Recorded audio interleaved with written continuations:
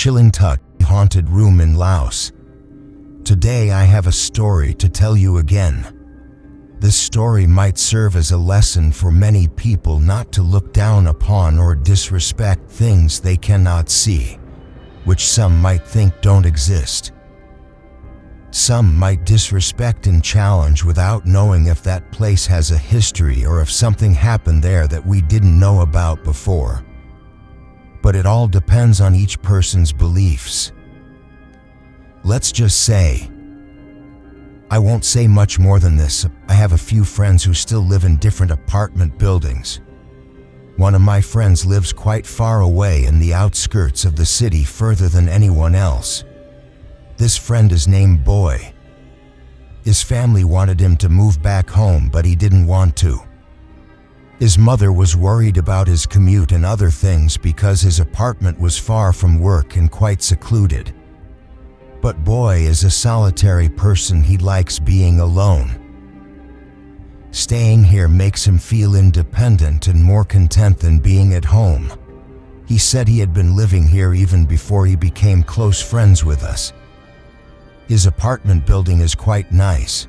The room is spacious and pleasant to live in, and it has 5 floors in total. He lives on the 2nd floor. Since we started playing music together, I had never been to his room even once. I mostly visited other friends' rooms. But that day, one of my friends named James was in a strange mood for some reason. While I was working as usual, playing the guitar and singing, after finishing a song, I took a break, and a young waitress walked over to me and told me, "Pinan, your friends are here to see you. A whole big group. They're asking for you. They said to meet them in front of the shop." I walked out feeling confused because normally when friends come to see me, they don't come in such a large group. I wondered if they had gotten into some trouble. When I walked out, I asked them what they were doing here in such a large group. One of my friends said, "Hey, we were going to invite you to Boy's place. We've been friends for so long and I've never been to his apartment. I've only seen the way to his apartment." Wow, that's awesome. In surprise, I asked him, "What's awesome? Are there lots of girls?" Ha ha ha ha, but he said, "No way. The road is super secluded and dark. There aren't any streetlights either. So I invited everyone else and you to his place. Going together in a big group like this feels safer. Boy is waiting at his room already." Most of my friends were male with no women except for me and another friend who is a tomboy. At that time I told him, "I can't go. I'm still working. You guys go first and I'll follow later." One friend said they would split into groups, one group going first and the rest staying and drinking at the shop, waiting for me to finish work so we could go together. The group that went ahead also bought some things to cook and eat while waiting. Once we agreed on that, the first group headed off. As for me, I continued working. When it was time for me to finish work, the group of friends who went ahead called and asked, "Where are you guys?" I replied, "Just leaving." That day I was the only one riding my favorite motorcycle to follow my friends. The others came by car. As I rode along, I noticed that the route was indeed dark and secluded. There were only trees and bushes on both sides of the road the whole way. The lights on the poles were only on one side, and there were only a few points quite far apart. As I got closer to the apartment building, I looked around and felt a slight chill down my spine. I saw 2 large monkey pod trees standing together on the left side in front of the entrance gate. There was also a large Bodhi tree wrapped with colorful cloths. After entering the apartment grounds and parking the motorcycle, my friend who came with me called Boy and said, "We're here. Come down and pick us up." While we were standing and waiting for Boy, I looked up to see how many floors the building had and then turned to look around. Then I said to a friend, "Hey, look at the third floor. The room at the very end on the balcony, there's a girl, she's beautiful, look." I pointed it out to Dang. He looked and said, "Yeah, she's really beautiful, she's so pretty she probably has a husband already." But I thought maybe not, maybe she's still single. She was truly beautiful and both me and my friend liked her looks. We talked for a while and then a younger friend named Gus came down and told us, "Let's go guys, hurry up. Stop walking around." After that, we walked up to Boy's room. When we got there, we saw that it was room 203. This made us realize that the room on the floor above, the third floor, was the room of the girl I saw and talked about earlier when we were downstairs. When we entered the room, we saw Nat and Joe. They said that some of the friends who came earlier had already gone back. They didn't know what was wrong with them. They only stayed for a short while and asked to leave. We sat in a circle and drank, but I wasn't drinking. I was just drinking Coke with them. After sitting for a while, Dang spoke up. "Boy, the girl in the room next to yours on the floor above is beautiful. Do you know her? Go invite her to drink with us, man. Me and Nan saw her sitting on the balcony alone." Boy turned to look at my face and nodded slightly with a flat expression. Then he asked, "You saw her too?" "Never mind her. I don't really talk to anyone in this building. I don't even know her name. How can I invite her?" Then we changed the subject, feeling a bit disappointed. After drinking for a while longer, we started talking about the apartment building itself. The person who started asking questions was none other than me. I asked Boy, "Why are there so many trees around your place?" "Behind the building is a forest and there are lots of Bodhi trees even in front. And there are more behind the building. It also looks dark and scary. Also, why didn't they put lights on the stairs? When I walked up just now, I almost stumbled. This building is new. It would be better if they put more lights." Other friends agreed with me. Then one friend spoke softly. "Are there ghosts here?" "Boy, at your place?" I thought the same thing Nan said. When I came, I also asked why there were so many trees like that. It's scary. When we started talking about this, it naturally led to ghost stories. Everyone started talking. Some said a new building shouldn't have ghosts. Some said there must be ghosts. Even the spirit houses have 2 of them. "Boy, have you ever encountered anything?" one friend asked. When the conversation reached this point, we all jumped in shock because suddenly we heard a loud noise like a table or chair falling from the room on the floor above. It fell with a very loud crash, making us jump and look up, even though we knew we wouldn't see anything when we looked. At that moment, we thought someone in the room above might have dropped something or a chair fell. So we continued talking and started telling ghost stories, teasing each other that we had heard stories that Bodhi trees were haunted. If we didn't believe it, we could try it and we would know.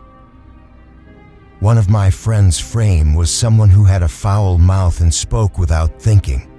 He spoke up. "I'm not scared. Ghosts don't exist. You guys believe in nonsense. I think you're being ridiculous. Watch me. I'll go mess with that tree. There's nothing there. If there is, I'll take it on." As soon as he finished speaking, we said, "Hey, if you don't believe, you shouldn't say disrespectful things, man. You're talking nonsense. Haven't you heard they say talking too much leads to trouble, frame?" As soon as we finished speaking, we heard a sound from the room above like someone dragging a chair, creak, creak, and then it fell with a loud thud. But this time, it was louder and harder.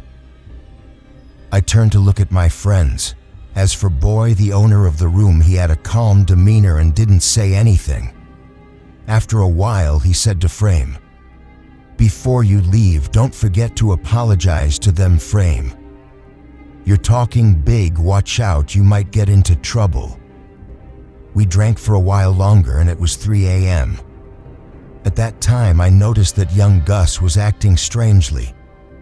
So I asked, "Gus, what's wrong? You've been quiet for a long time. Are you sleepy or drunk?" Gus turned to look at me without saying anything and moved away to sit further from me. Then he asked me, "P, do you hear coughing? A dry, heavy cough with a rotten smell." I told him, "No, I don't hear anything. Why?" Gus said again, "Pa, don't you think it's strange? Even though we're loud, no one has come out to knock on the door and scold us. When we came, the light in the room next door was still on. There must be someone there, right?" At that moment, I thought he had a point. We continued talking and playing for a while longer, and then there was another loud noise from the room on the floor above. It was a dragging sound, creak, creak, but this time I started to get annoyed, so I accidentally spoke out in the middle of the group, "Hey, what are you doing dragging chairs around so much? Don't you know people are trying to sleep? If you're lonely, come down and talk to me. Why are you dragging things? Are you a ghost or something haunting us like this?" As soon as I finished speaking, my friends turned to look at me and then slapped my head. Ouch.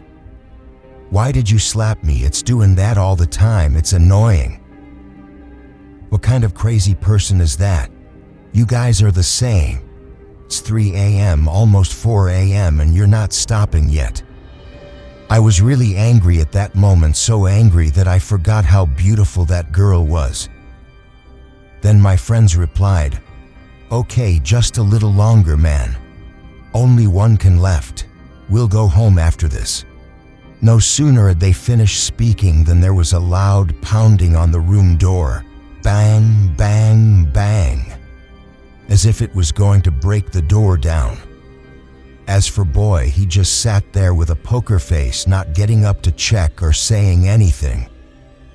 So it was me who walked over and opened the door. At first I didn't think anything of it because I thought we were being loud and someone from the next room had come to scold us.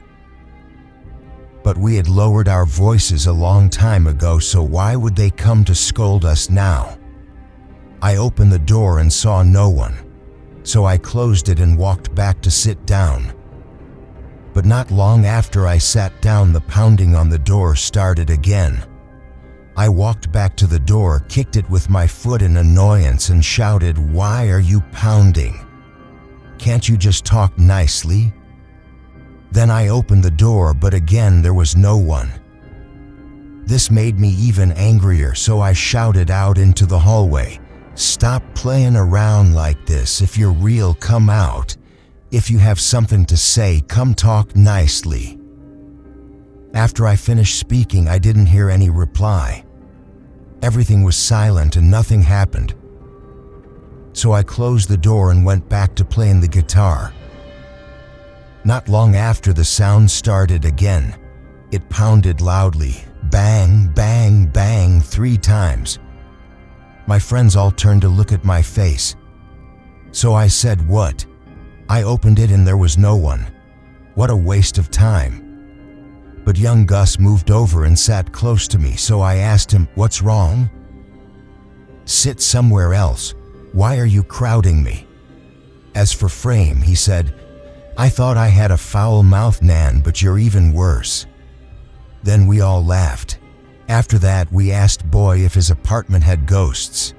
Boy replied, "Yeah, it does. It's haunted. Look at the calendar. Today is a holy day. And if you want to know anything, I'll tell you. You guys with your foul mouths, listen and do as I say." Then Boy explained that the room upstairs above his room was where someone had hanged themselves. It was a woman. She had just hanged herself 3 weeks ago. That day at 2 a.m. he was sleeping in this room and was startled awake because someone was knocking and calling. When he opened the door, he saw the person from the next room who said to go look in the room upstairs. Someone was dead. He replied that he wasn't going and closed the door to go back to sleep. Nothing happened that night, but after 2 or 3 nights he started hearing the same sounds we heard. It was the sound of chairs dragging, creak, creak, and then falling. On lucky days he would hear both the sound and smell the odor. It happens every day. The people staying on that floor started moving out one by one because they would often see that woman standing with her face down crying in front of the room. Sometimes they would hear knocking on the door when they were inside the room, and when they opened it there was no one. It goes around knocking on every room. And that's not all. In the room next to mine, someone died in their sleep. As soon as he finished speaking, me and young Gus said in unison, "Hey, really?" And I continued, "When I came, I saw the light in that room was on. There should have been someone there, right?" Boy said, "Yeah, that's how it is. Sometimes when you're in the room playing games or watching soccer loudly, it will pound on the door like just now. If you don't believe me, try yelling out a song loudly right now." We were quiet for a moment. He continued, "As for the Bodhi tree, when I went to eat, the owner of the rice shop told me and asked, 'Do you live here? Go and say hello to the spirit house under the Bodhi tree, son. When you're here, don't do anything bad. The tree in front of the building is fine, but the one in the back, someone messed around and fell to their death there. Be careful, son. And don't chant prayers, just go to the temple and make merit and dedicate it to them. It's not a good place there." I agreed with the auntie at the rice shop, but I didn't really believe it until I experienced it myself. Joe then asked, "What did you experience? Don't tell me you tried." Boy replied, "No, I just thought I'd challenge it a little in my mind. I got messed with so much I could hardly stay, but I'm not moving out. I like it here, it's quiet and peaceful, the atmosphere is perfect." While Boy was talking, young Gus came over and hugged me. I was startled, of course, so I joked with him, "I like girls, Gus. Even if you're handsome, I like girls, stay away from me." When I said that, he hugged me even tighter and whispered to me, "P, someone's walking back and forth on the balcony outside the room. Do you see?" I turned to look at the balcony, but I didn't see anyone. After a while, there was another loud crash and bang from the floor above. We all jumped in shock, but this time we sat still and were quiet. No one said anything. When the situation calmed down, I asked Boy, "How can you live here? Aren't you scared?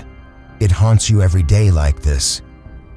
He replied, "I can live here because I don't bother them and they don't bother me. But maybe it's because of my friends here who have foul mouths." So we fell silent and didn't say anything more. Boy also added that the auntie at the rice shop said not to chant prayers because it would make those spirits come asking for merit every day. In the end, no one went back home that night.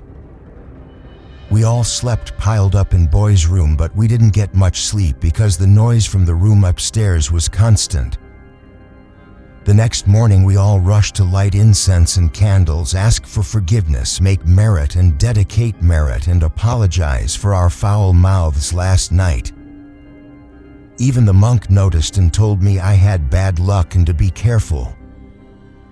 As for the friends who went back earlier, they also encountered something because they ended up peeing next to the Bodhi tree. After that, I myself had a fever for 3 or 4 days. This is my first experience visiting my friend's apartment. A chilling touch, people terrified in the village. Hello, my name is Nap. I am from Royat province, but I live in Bangkok, both studying and working. When I go to study or work, I always ride my motorcycle through the city. I have used this route since I was young and often encounter accidents on this road, to the point where it seems normal and I don't pay much attention. But one day while I was rushing to work as usual, I had to start work around 4 p.m. because I work with the provincial football team, which is a time when people are leaving work and school is also letting out. It gets a bit chaotic. I had been riding my motorcycle for a while when I saw an accident ahead. It was a car that had collided with a dirt truck.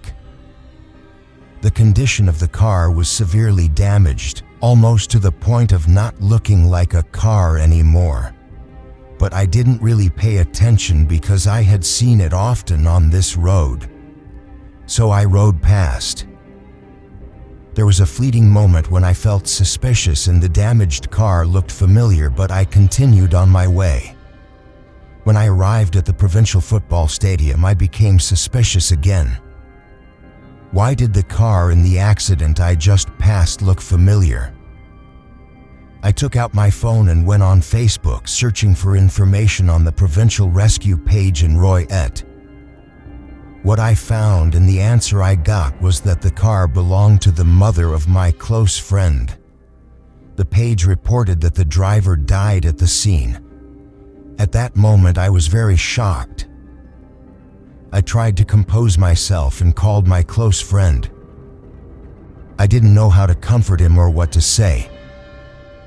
I could only tell him that I would go to the hospital after work because the body would have to stay at the hospital for forensic examination. I arrived at the hospital at the morgue or preparation room, I'm not sure. I walked in to look from a distance and saw the officers working. The smell of blood filled the air, almost unbearable. I had to step outside. After talking with my friend and comforting him, I excused myself and went home. The next day, my friend's mother's body was taken from the hospital. Of course, bodies that died tragically are usually kept at the temple. In my village, the cremation site is separate from the main temple area, about 2 kilometers away. When there is a body like this, it is brought to the cremation site and the ceremony is held there. The first night of the ceremony, my close friend and I had to take his younger brother home to shower. When we arrived at the front of the house, we saw that the house was locked and inside it was completely dark. There was no one there. But as soon as my friend and I stepped into the house, we were shocked because we saw talcum powder scattered everywhere, a complete mess throughout the house. Even if someone had spilled it, it shouldn't have been this messy, especially since only adults were home that morning. They certainly wouldn't have been so careless to leave it like this. But I didn't think much further about it, although in my heart I was still a little scared. After my friend's younger brother finished showering and we had done everything, we returned to the cremation site to stay overnight. The first night passed well. Nothing happened. But on the second night, I can say with certainty that it was very scary. At that time, it was around 10 p.m. after the monks had finished the ceremony. We were waiting for the beef from the slaughterhouse that they were going to deliver so we could butcher it and prepare food for the guests who would come tomorrow. But the beef we were waiting for didn't arrive until almost 2 a.m. I waited with my friend and others for a while and there were still many hours left, so I started feeling sleepy. I told my friend that I would go home to rest for a bit. When it was closer to the time the meat would be delivered and they started preparing food, I would come back to help. I went back home, which wasn't far from the cremation site. When I got home, I jumped onto the bed and immediately fell asleep.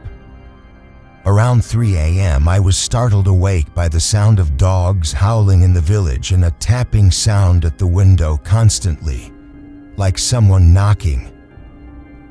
At that moment my mind raced. I was very scared. I thought it must be the ghost of my close friend's mother. Before I came back to sleep, I had promised my friend I would come back to help, so I thought my friend's mother must have come to find me. I quickly got up from bed, rode my motorcycle back to the cremation site to find my friend. When I got there, they had just brought the beef. This might have been a coincidence which I didn't tell my friend about. Time passed until 5 a.m. We finished preparing the food and then dispersed to rest, waiting for the guests in the morning. On the third day before the cremation, my aunt and other villagers suddenly rushed to the cremation site in the afternoon and all said the same thing. They were haunted all night. My aunt had a bad experience because she was very close to my friend's mother. When she was alive, she would bring curry and rice to my aunt every day and invite her to sit and chat like adults do. That night, my friend's mother brought food to my aunt. My aunt told me that she knocked on my aunt's room door around 3 a.m. At that time, my aunt was sleeping and was startled awake. At the same time, the dogs started howling. But my aunt didn't think anything of it and got up to open the door, thinking it was me or someone else in the house. But when my aunt opened the door, she was shocked because what was in front of her was my friend's mother, standing there with a pale white face and blood flowing from her eyes, likely meaning from her face head wound from the accident. Other villagers throughout the village also experienced the same haunting. I thought back to the tapping sound at my window in my room and wondered if she had come to find me too. The thought sent shivers down my spine. With things being this way, when night fell on the last night, no one dared to sleep in the village, even in their own homes. This made the village scarier than the cremation site itself because everyone gathered at the cremation site, filling the area where the ceremony was held. Everything seemed to be in order and nothing was happening. But suddenly a cat ran and bumped into the photo next to the coffin, knocking it to the ground with a loud crash. Everyone in the area was startled and panicked, including me, who was there. This caused the villagers to whisper amongst themselves, saying various things. Time passed until morning. The villagers started returning home to rest and prepare to attend the cremation ceremony in the afternoon. When it was time for the cremation, heavy rain fell and the wind was strong. The rain wouldn't stop until it was almost 3 p.m., which was close to the time to put the body in the crematorium, but the rain still hadn't stopped. The revered monk had to walk to the front of the coffin and say to my friend's mother, "Don't do this anymore, layperson. You have finished your suffering and karma in this world. Please go to your realm. Don't worry about those of us left here. They will continue to face their karma. One day they will also follow you." As soon as the monk finished speaking, the rain stopped immediately. At that moment I got goosebumps. But the story wasn't over yet. As the funeral attendants were about to move the coffin into the crematorium, the gurney derailed and tipped over. The coffin hit the ground and the body was thrown out. I saw it with my own eyes. I believe anyone would be scared no matter whose body it was. Everyone in the area ran away from there. The monk walked over and told my friend's mother again, "If you continue like this, we will leave you here." Then people came and helped put the body back into the coffin, and this time they were able to put it in the crematorium successfully. About a week after my friend's mother's funeral ended, villagers still saw her ghost wandering around in the dark corners. They started thinking they needed to hold a village merit ceremony. But just one day before the village merit ceremony, my friend's father hanged himself. And he left a note written before he died saying, "Let's be together." This sent the villagers into a panic again because they had just finished the funeral of my friend's mother, and her spirit was still lingering in the village. Now they had to face my friend's father too. But it didn't turn out as they thought. There were no chilling events at my friend's father's funeral.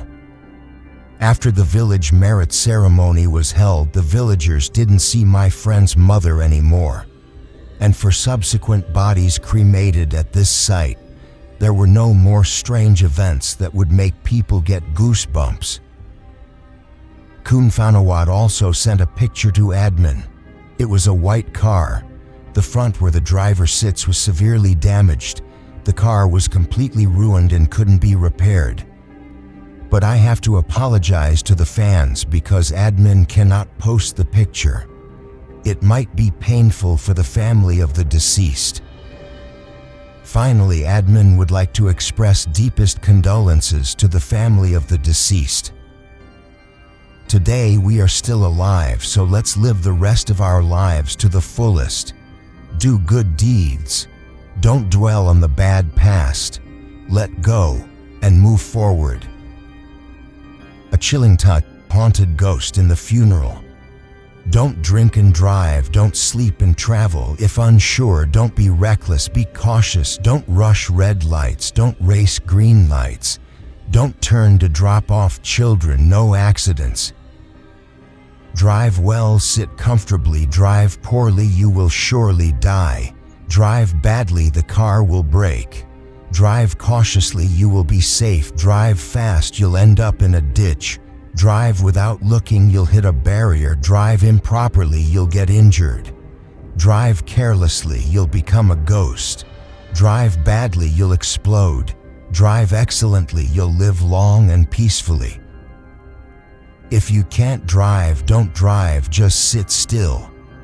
In real life, when driving, you should follow the rules correctly, be considerate, and drive at the speed limit.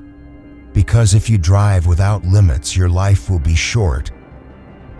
Driving slowly for people to see is better than lying in a heap by the roadside. So please drive without carelessness so you don't end up like the person in this story. Not long ago, a junior whom I was close with during university passed away in a car accident. This required me to take 2 days off work to attend my friend Tong's funeral in a different province. I drove my own car there and rented a room by the day in an old apartment building not far from the temple to stay overnight. When I drove into the provincial town and checked into my accommodation, I took a shower and changed clothes before going to Tong's house to pay my respects and offer condolences to his family. "Come, Tawan, come have some water first." Tong's mother had met me several times at the university, so she seemed familiar and showed a lot of warmth towards me. I paid my respects to Tong's entire family, both those I knew and those I didn't, before being invited to sit in the living room where several guests were already seated. Tong's family was still busy preparing various aspects of the ceremony. Although the coffin had been moved to the temple for prayers for 2 nights. Because this was the last night before the cremation, many things were still not in order. The chaos had lessened somewhat. At least Tong's mother was too busy to sit and grieve. But loss is still loss. I arrived at the temple along with all of Tong's relatives. My 2 hands helped carry many items from the car. Meanwhile, Tong's parents went to welcome the guests who came to attend the prayers on the last night. The funeral hall was packed with people dressed in black and white. The smell of incense from the censer in front of the coffin filled the hall, making the atmosphere even more somber. "This way, Auntie will do it. Tawan, go find your friend," Tong's aunt told me with a smile. After all the items from the car were carried and stored behind the hall, I nodded in acknowledgement before separating myself and heading into the hall to pay my respects to my close friend.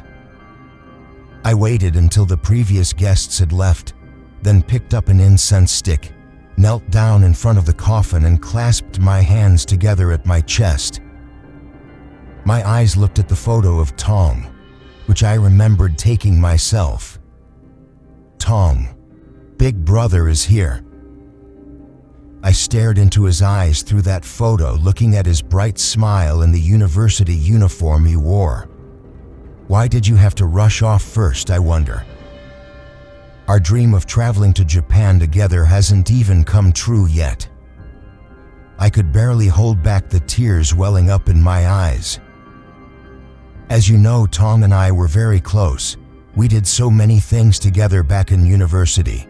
Camping trips, drinking, breakups, crying. We were there for each other in important moments. Therefore, I was very sad that one of my beloved juniors was gone without warning.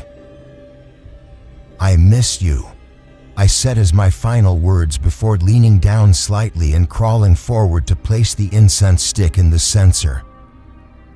Just as the tip of the incense stick pressed into the fine sand, a wave of cold wind blew through, chilling my skin. I instinctively flinched, straightening up and looking around in surprise. The area where the coffin was placed was in a secluded corner, and in this summer weather, cold wind shouldn't have been blowing inside the hall. I shook my head to clear the absurd thought, bowed down once in front of the coffin's photo, then backed away and went to the back of the hall to help with the work, unaware that a pair of eyes was watching me the whole time.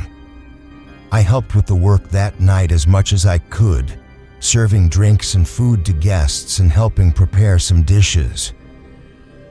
When all the work was done and the monks were about to start chanting, Tong's relatives and I gradually entered the hall to listen. I chose to sit on the floor across from the coffin. Just as I was about to clasp my hands and pray for my beloved younger friend, my eyes happened to catch sight of a dark figure appearing in the area behind the coffin where the light didn't reach. I squinted, disbelieving my eyes. At first, I thought it was the shadow of a wreath cast by the light. Looking closer, I saw that it was a shadow resembling a human figure standing there. But it wasn't just the shadow of one person. I squinted at the area again and noticed that the shadowy figures were moving back and forth as if they were actually human. I almost cried out in shock when the blurry figure slowly became clearer, until I could clearly see one person's face, a face without a smile, filled with tears. His mouth was twisted, one eye was closed and the other was half open. A large amount of blood flowed down his right cheek, so much that it couldn't all be wiped away. That person had the same face as the man in the photo. Tong. I accidentally called out my friend's name when I looked at the face of the shadow standing behind the coffin. But my call made the shadow shake their heads violently and try to open their mouths to say something to me, which seemed to be the word no. Tong. I called my friend again, still keeping my voice low. The monks' chanting echoing from the speakers made my faint voice disappear into the air. But at that moment I felt as if I was completely cut off from external awareness. I stared at the pitiable image of Tong, my heart constricting painfully. I wanted to get up and walk over to Tong right then. Because I was so focused on the pained face and the blood dripping down Tong's face, I didn't notice that behind Tong, there was something large and dark.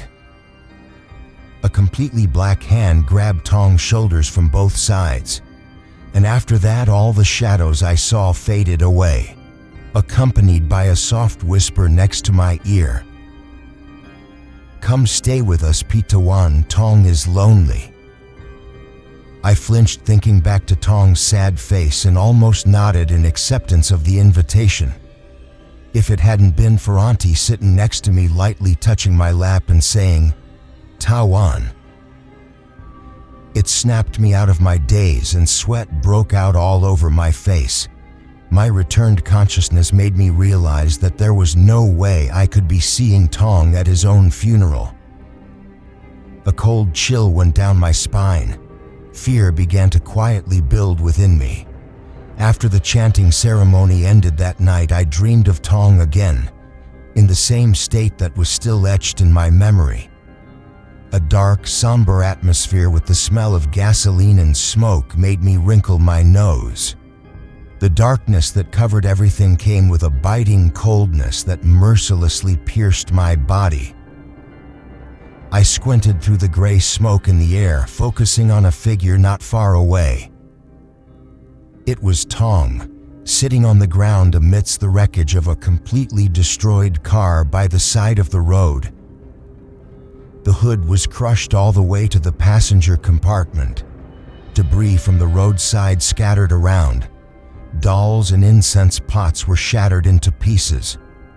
The head of a male ceramic doll was lodged in the car's dashboard. I slowly surveyed the scene in front of me, my gaze moving to examine the figure sitting motionless on the ground with fear. Tong's lower body was trapped under the wreckage of the car. His hip was broken with bone protruding. One of his legs was twisted abnormally and the other was crushed to the point where it was almost unrecognizable as a body part. The figure in front of me bent low before sobbing uncontrollably. Tong's voice was mournful, echoing painfully. He shifted back and forth, causing me to notice the crushed right side of his skull with his eyeball bulging out of its socket. I screamed, but no sound came out. My body was frozen in place, but the scene in front of me slowly moved closer and closer until my face was only a handspan away from Tong's hair. I clearly smelled the odor of blood and decomposition. I could see the lumps of fat, which I knew were brain matter, spilling out. My body became rigid and trembled violently. I tried to turn my gaze away to avoid looking at the horrifying sight in front of me, but something forced my head back the other way. It was Tong's hand, a hand so decayed it had turned purplish. A hand where bone protruded through the flesh and was oozing with pus. I choked back vomit at the putrid smell. My eyelids closed immediately when I saw it slowly lift its head, accompanied by terrifying laughter. A high-pitched, hoarse voice. I bit my lip tightly and knew the tears were streaming down my face uncontrollably. A chilling touch from its fingertips brushed against my eyelids before pressing down as if trying to force me to open my eyes. "Tawan, Tong is hurting." I shook my head, struggling to break free from this terrifying touch. But it was as if someone else's hand reached from behind and grabbed my face, forcing my eyes open. I tried to resist closing my eyes but couldn't. And then my eyes slowly opened, clearly seeing what was in front of me. It was Tong's face, less than a handspan away. His bloodshot eyes stared intently at me without looking away. His face was twisted and contorted, somewhere between smiling and crying. His nose was crushed and detached, showing the muscles and bone contracting rhythmically. His smiling lips were twisted and splitting wider and wider until the corners of his mouth gradually separated. I went into severe shock, trying to struggle, but my arms and legs were weak and I collapsed right there. The terrifying face continued to laugh, while moving closer and closer until I was crying and trembling uncontrollably. "Hey, hey, hey, hey, hey, Tawan, come stay with us. Come stay with us, P. Come stay together, come die together." I screamed at the top of my lungs, so scared I almost lost consciousness. I could feel my heart beating rapidly, almost jumping out of my chest. As that distorted face came closer and closer, I lost even more control of myself. And then suddenly I woke up in the darkness. The clock on my phone screen showed it was just past 5 a.m. I quickly packed my things and drove back to Bangkok immediately without saying goodbye to anyone. About a month after that terrible time, I called Tong's mother and explained everything that had happened to her, why I had run back. And I learned the truth from his mother that Tong had driven his car into a tree and dragged the spirit house at that curve with it. The vengeful spirits therefore followed him as karmic ties, not allowing him to be reborn. The monk advised his mother to become a nun to make merit for Tong so that he could lessen his heavy karma and be reborn. A chilling touch. The last room on the 4th floor. This story happened 4 or 5 years ago. At that time, we had just moved to work in Bangkok. It was a period when our relative just opened a small apartment building. It was a 4-story building with 20 rooms in total, 5 rooms per floor. So we came to manage the apartment building for our relative, and we stayed on the ground floor. One day, a couple who were dating came to view the apartment. They were both studying at a university located near our apartment building. After viewing the room and discussing the details, they agreed to rent room number 4 on the 3rd floor and moved in that same evening. We learned their names afterwards. The girl was named Oil and the boy was named Top. Oil and Top had been dating since high school. After graduating, they continued studying at this university and rented an apartment together. The two of them seemed to love each other very much. They went everywhere together, ate, watched movies, and traveled to other provinces. Their relationship was very happy. They lived together and lived their lives like this for a year and something, and it seemed their love started to become unstable and they had problems. They argued frequently to the point of physically hurting each other and damaging things. Before long, they broke up. Top moved back to his own home and didn't continue studying. As for Oil, she still stayed at the apartment building but moved from the 3rd floor up to the last room on the 4th floor. Oil didn't have many friends because she was very attached to her boyfriend and didn't talk to many people. After she broke up with Top, she became withdrawn and stayed in her room, not going anywhere. One day we saw her come out of her room. She looked unwell, thin, pale-faced, and lifeless. We saw her and felt very sorry for her, so we asked her out of concern how she was doing and if she was feeling better. We tried to comfort her in every way to make her feel better. When we finished talking, she cried and told us everything that had happened. She said that before that she had been having problems with Top for a while. Top told her that she was unreasonable, self-centered, didn't listen to others, was moody and easily hurt. We asked her back, and what he said, was it true? She replied that she admitted it was true, but everything she did was because she loved Top very much. So we explained to her that sometimes guys want their privacy. They need their own social life sometimes and want to hang out with friends. We have to understand them. If we want them to be with us all the time, it's probably not possible. Sometimes we might get upset over small things, things that aren't a big deal, and it can become a big problem because it makes them feel pressured and overly constrained without freedom, which leads to them feeling bored, arguing, and eventually breaking up. When she finished listening to us, the tears that were flowing flowed even more. She said that everything was over. So we told her to start over after this, to improve and change the parts where she made mistakes for the better. One day she would probably find a good person who understands her and truly loves her. After we finished talking and comforting her, she seemed to feel a little better. Her face didn't look stressed anymore and she even smiled. After that, we went back to our rooms. After that day, she came to see us more often, talk to us more often. If something was bothering her, she would come to consult us because she didn't have anyone else to talk to. As for us, we were happy to listen and give her advice.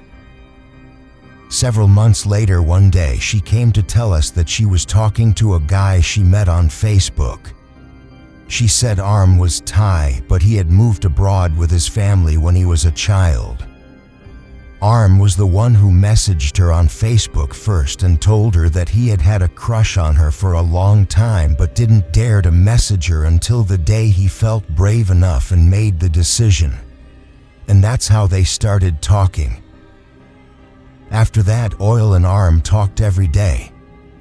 After talking for a while, she started feeling good and warm because Arm was older.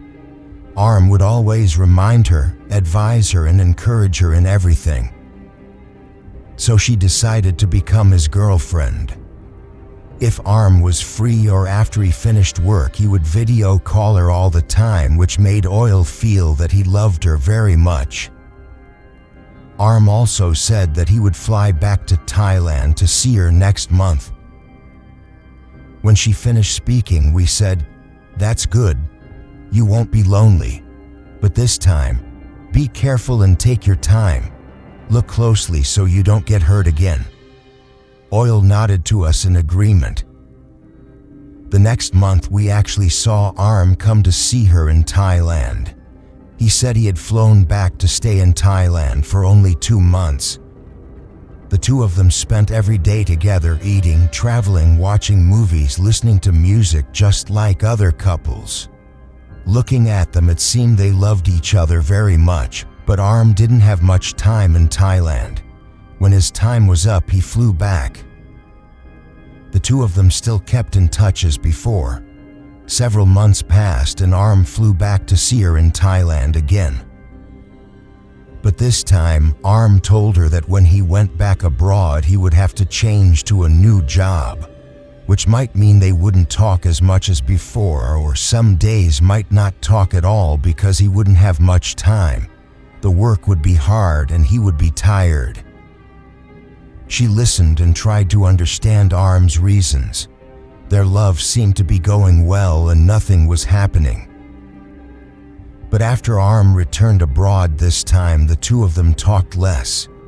She started overthinking, becoming suspicious and wondering if Arm had found someone new. When she talked to Arm, she became more sullen and tearful. She started asking Arm about other women until Arm became bored and annoyed. They argued almost every time after that. Their relationship was filled with suspicion and unhappiness. She and Arm argued to the point of breaking up many times until the last time they had a very serious argument. Arm told her that she acted childishly, was self-centered, unreasonable, overthought things, was suspicious and utterly annoying. "Enough is enough. Arm can't take it anymore. We don't need to contact each other again. Let's just end it here." Arm also said that the good feelings he once had were now gone.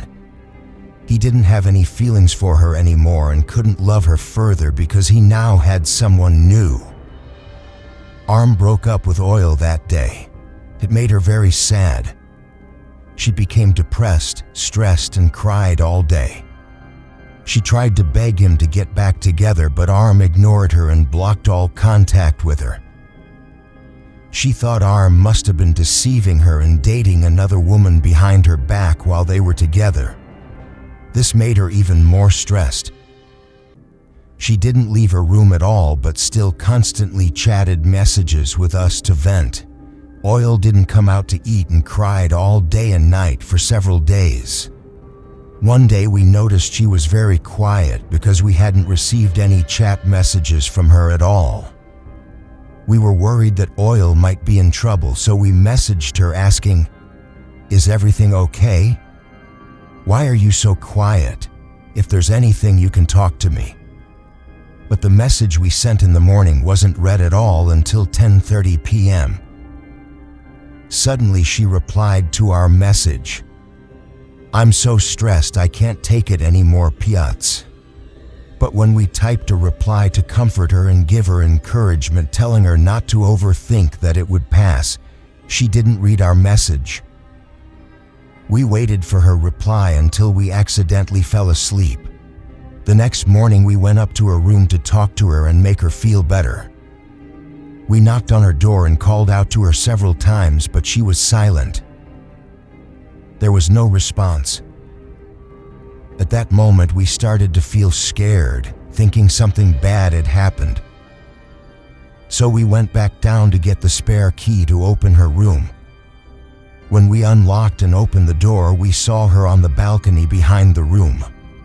We only saw her from the chest down.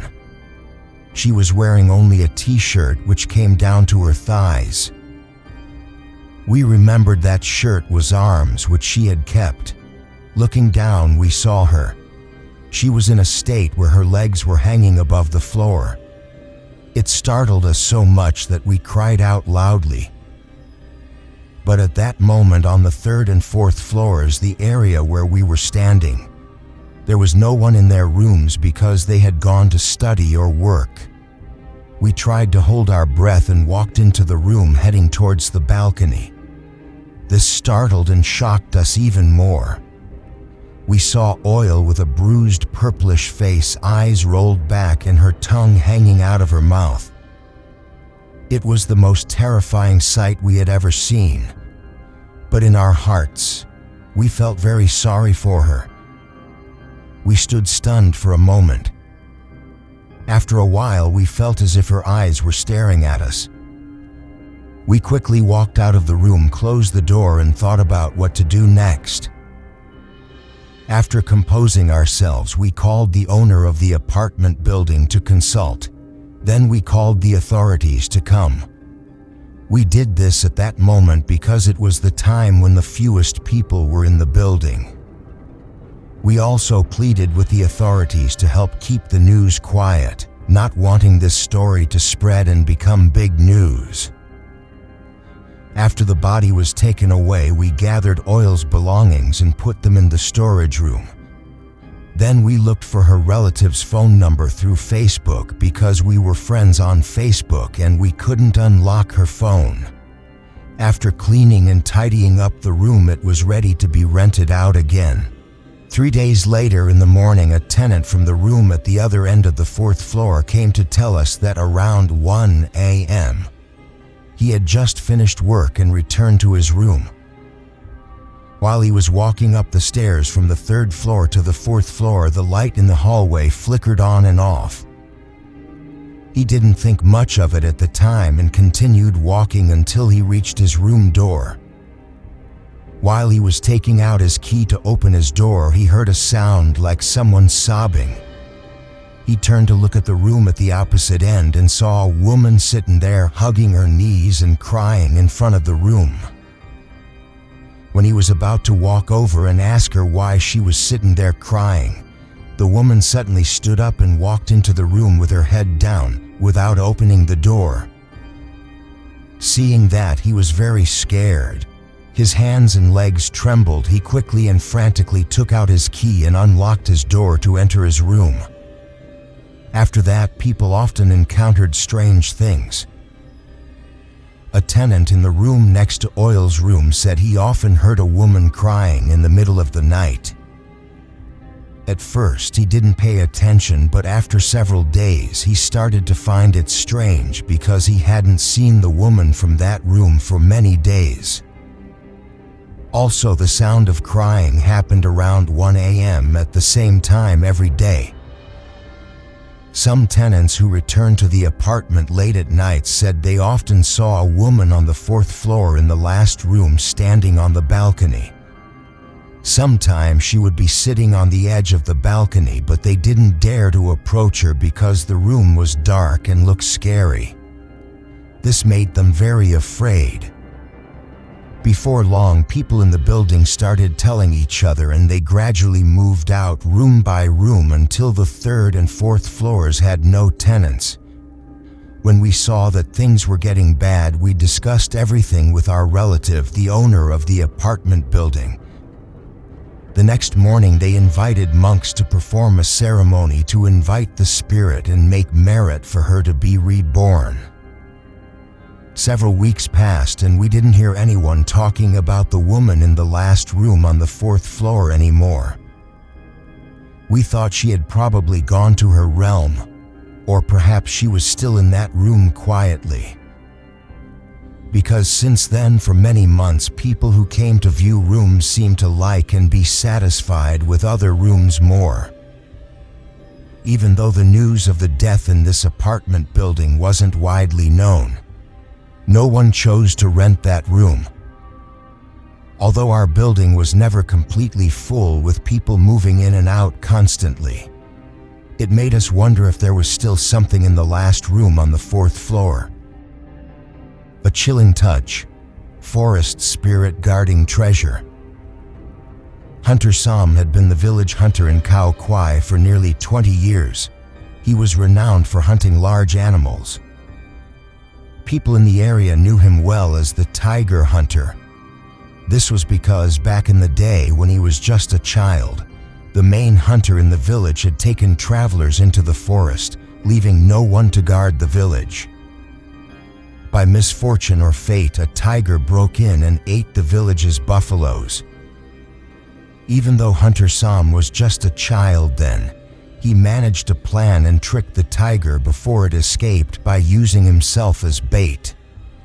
This caused the tiger to fall into a pit trap, helping the villagers capture it. It can be said that Hunter Sam was clever and quick-witted even as a child. That was a story from the past, but today people from the city came to ask Hunter Sam to take them into the forest. At first, the skilled hunter didn't accept, but his good porter went ahead and accepted the job and negotiated the price with the city group. This meant that if Hunter Sam didn't agree to be the head hunter this time, he would lose face, so he agreed to go into the forest. Hunter Sam had one porter named Hem. He was Laotian and the one who negotiated the price with the city group. At first, Hem came to stay and help Hunter Sam in exchange for food and water. Eventually, it became an employer-employee relationship. Hunter Sam turned to look at his porter and tapped him on the head, saying, "Didn't you listen to what I told you before? You're still accepting jobs from them." "Oh, Master Hunter," Hem said, "I saw that they came because they wanted to hunt animals, and the most skilled hunter in this area is only you, Master. But it's entirely up to you, Master Hunter." Hunter Sam shook his head with exasperation before looking at the city group who were watching them argue from the low wooden bench. There were 3 of them. The first one had tan skin and a clearly Thai face. As for the other 2, they were foreigners. Hunter Sam looked for a moment before asking his porter what their names were. But before Hem could introduce them, the first person introduced himself to Hunter Sam, saying his name was Pakorn Fop, but to call him Fop. Seeing their Thai friend introduce himself, the other 2 foreigners followed suit, and the hunter learned that John and Merrick had been in Thailand for 3 years, working near the port, and had previously been married to Thai women. Their Thai language skills were good enough to communicate. Hunter Sam stopped thinking for a long time, rubbing his head, then looked back at the group that Hem had led there. He sighed deeply. At this moment, Hunter Sam wasn't sure if he wanted to accept this job. So he asked his porter again for confirmation. "Hem, what do you say? This job, if we take it, it might be worth it, but it's also risky. But if we don't take it, it will be safe for you and them. I saw that they really wanted to hunt wild animals, Master Hunter, so I introduced them to you. But it's entirely up to you, Master Hunter." Hunter Som was silent for a moment as if weighing his options. Not long after the hunter's answer came out, pleasing the city group. They slung their tents over their shoulders. Hem also knew his duty well. He quickly found water and prepared the way for the group. "Frankly, I didn't want to accept this job, but I saw that they came from far away, so I felt for them." Hunter Som lightly patted Fop's shoulder and asked again in a firm voice, "But let me ask you again, young man. You're definitely not going to change your mind, are you?" Hunter Som, who was entering his 50s, said while looking at the other person, who was sitting lower than him, thinking that they might change their mind. But Fop's reply made Hunter Som discard that thought. "We won't change our minds, Hunter. We want a tiger skin to hang on the wall back home. A man has to seek challenges in life," Fop said before turning back to look at his friends. "Right, guys?" "That's right," John said with a strange accent that sounded funny, making everyone laugh because they couldn't help it. "If we get a tiger skin back, I'll have stories to tell until I'm old and gray." The next morning, the group of hunters set off from the village. It took them a long time to walk to their destination. Hunter Som led the entire group to a wild jungle area where tigers were often found because the area was fertile with prey, water, and places to hide. Near the hunting blinds where they were located, there was a swamp to the north and a dense jungle to the east. They were in the middle of these areas. The hunter led the group to find food and prepare everything since early evening before taking them up to the blinds to prepare for hunting at night.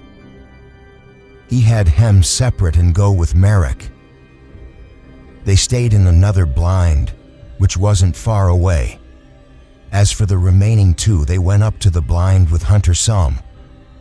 When night came, sitting and waiting in the blind required following many rules which the hunter had explained to the group. For example, when you need to pee into a container.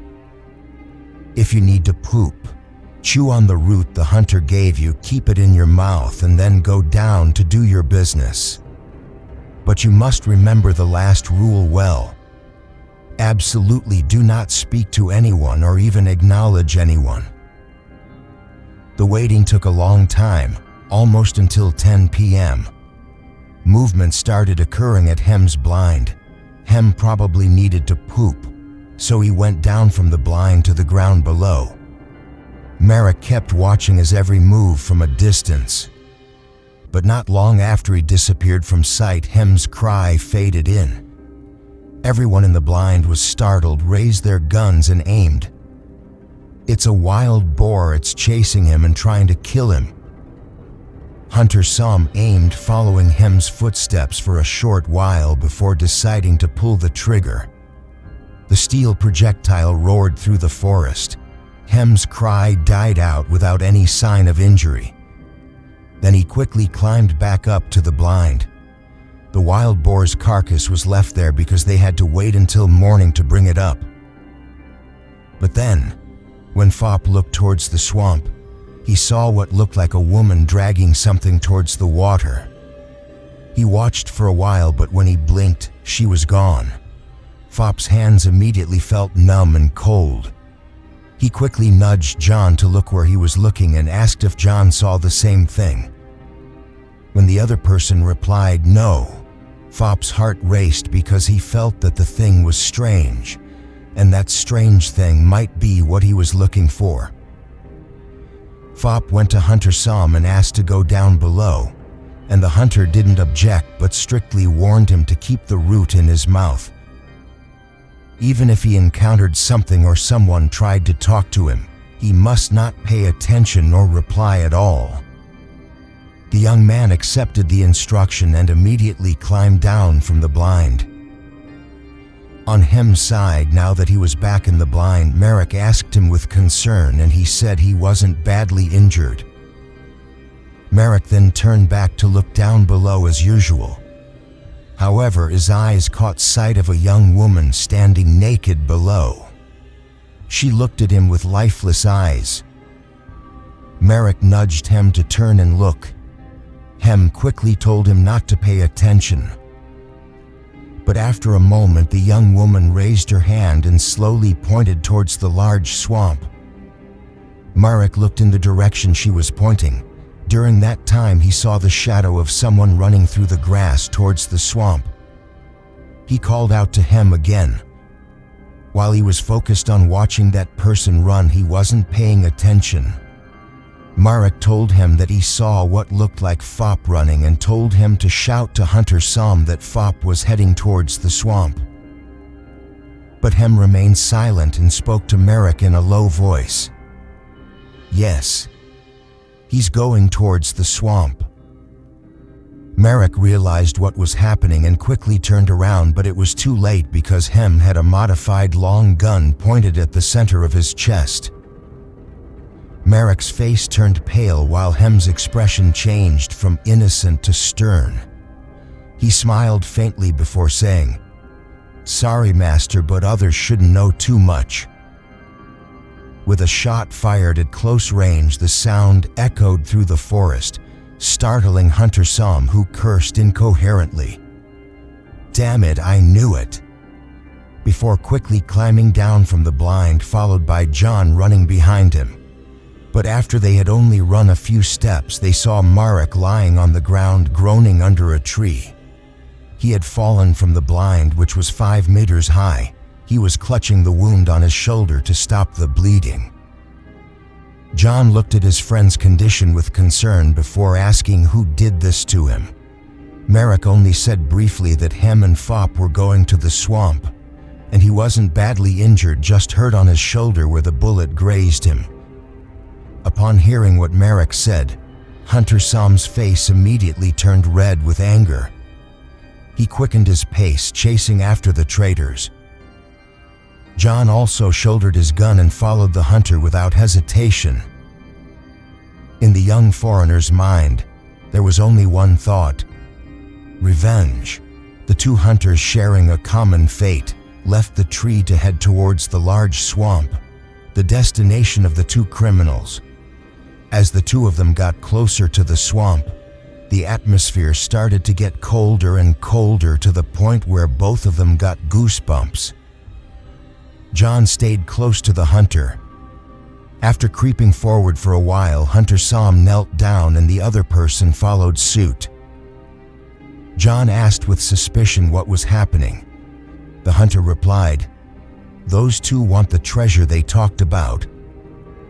Actually, they didn't want to hunt. They tricked us into coming here to find treasure. And not only to find treasure, they were going to bring everyone to the forest spirit to eat as payment to get the treasure." John looked confused, then realized that Hunter Som had known everything from the beginning. Just then, they saw Fop standing at the edge of the swamp, with a gun resting on his shoulder. He was scanning the swamp's surface. Not long after, Hem emerged from behind the waterfall carrying a chest. He tried to place the chest in the water but was heavily scolded by Fop. Finally, Hem, who had suppressed his feelings for a long time, couldn't take it anymore. He looked up at his master before replying, "Yeah, I'm stupid, but the one who's stupider than me is you, city man." "What are you talking about?" Fop retorted.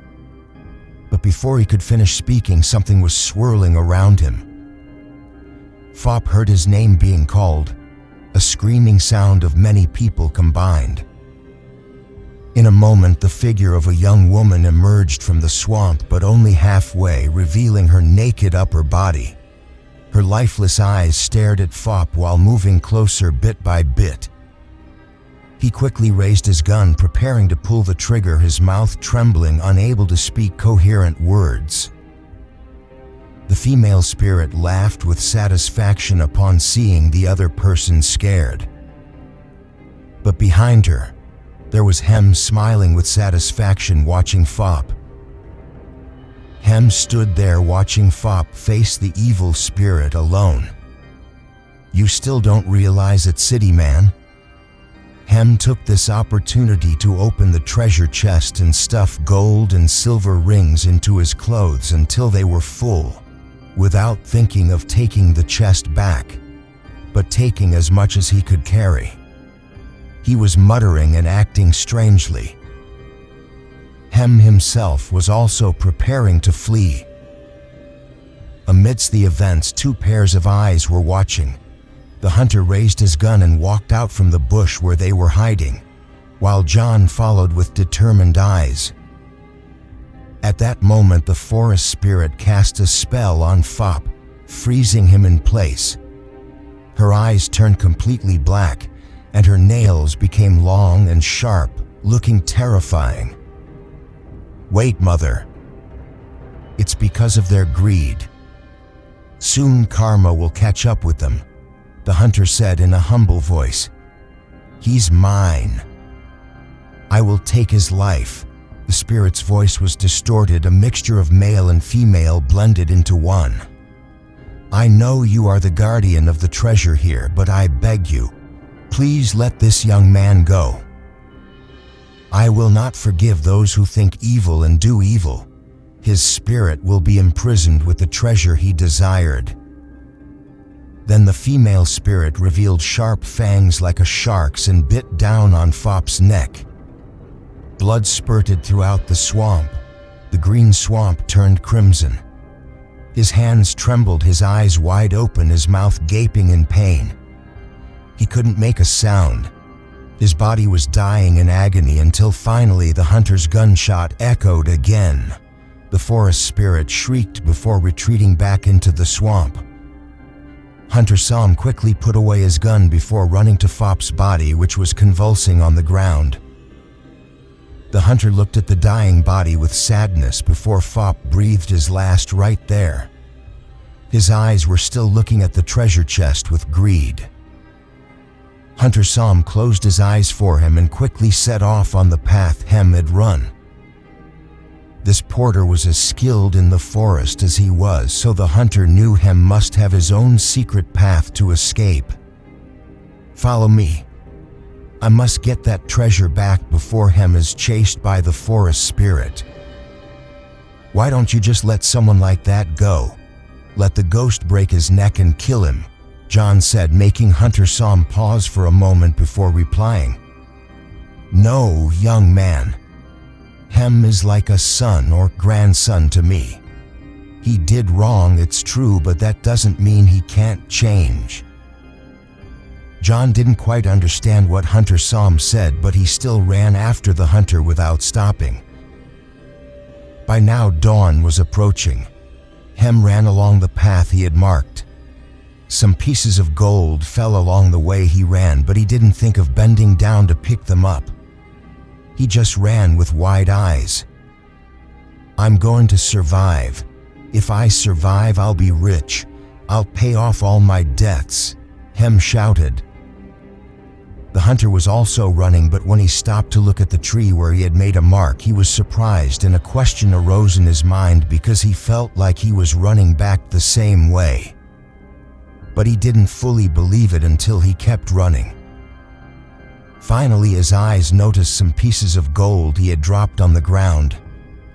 Hem's legs went weak immediately. His legs trembled so much he could hardly stand. When he realized he was running in circles back to where he started, suddenly around Hem, there were sounds like birds flying in circles. A chilling wind pierced his skin, making him feel a cold sensation. Go away, you crazy ghost, leave me alone, help. The forest ghost is going to kill me, help, help. Hem screamed and wailed like a madman. The hunter ran after his porter's cries closely, but when he ran out of the bush, he almost stopped breathing, contrary to the sound that was still loud. Help! Help! The forest ghost is going to kill me. Oh, Hem, you shouldn't have done this, Hunter Som said with sadness. He arrived too late.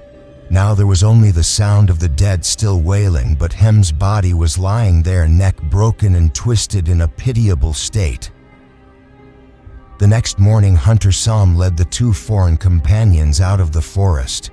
They carried Merrick's body on a makeshift stretcher by using a tarp woven with bamboo poles and carrying it. They walked until midday and the destination was the village. But what was strange was the people waiting for them at the destination. "You two must be prepared, I truly cannot help you," Hunter Sam said before setting Merrick down. John's face showed suspicion as he looked at the group of people in front of them wearing khaki uniforms. Everyone was armed and waiting to welcome them. Then John walked over to a man he recognized and spoke to him with respect. Immediately, the police officers walked over and surrounded the two foreign companions. They arrested them and put handcuffs on them before taking them away. "Thank you very much, Hunter, for informing the police about the criminals." "Yes, you're welcome, brother police chief. Leave it to me." These two committed a major crime in Bangkok, including rape and murder, shooting prostitutes, and they even believed they cooked and ate some parts of the bodies. Their case will be judged, either execution or life imprisonment. But thank you very much, Samo. "You're welcome, brother police chief. I must also thank the forest spirit. If she hadn't kept me informed, I would surely have been lured into the forest and killed by them."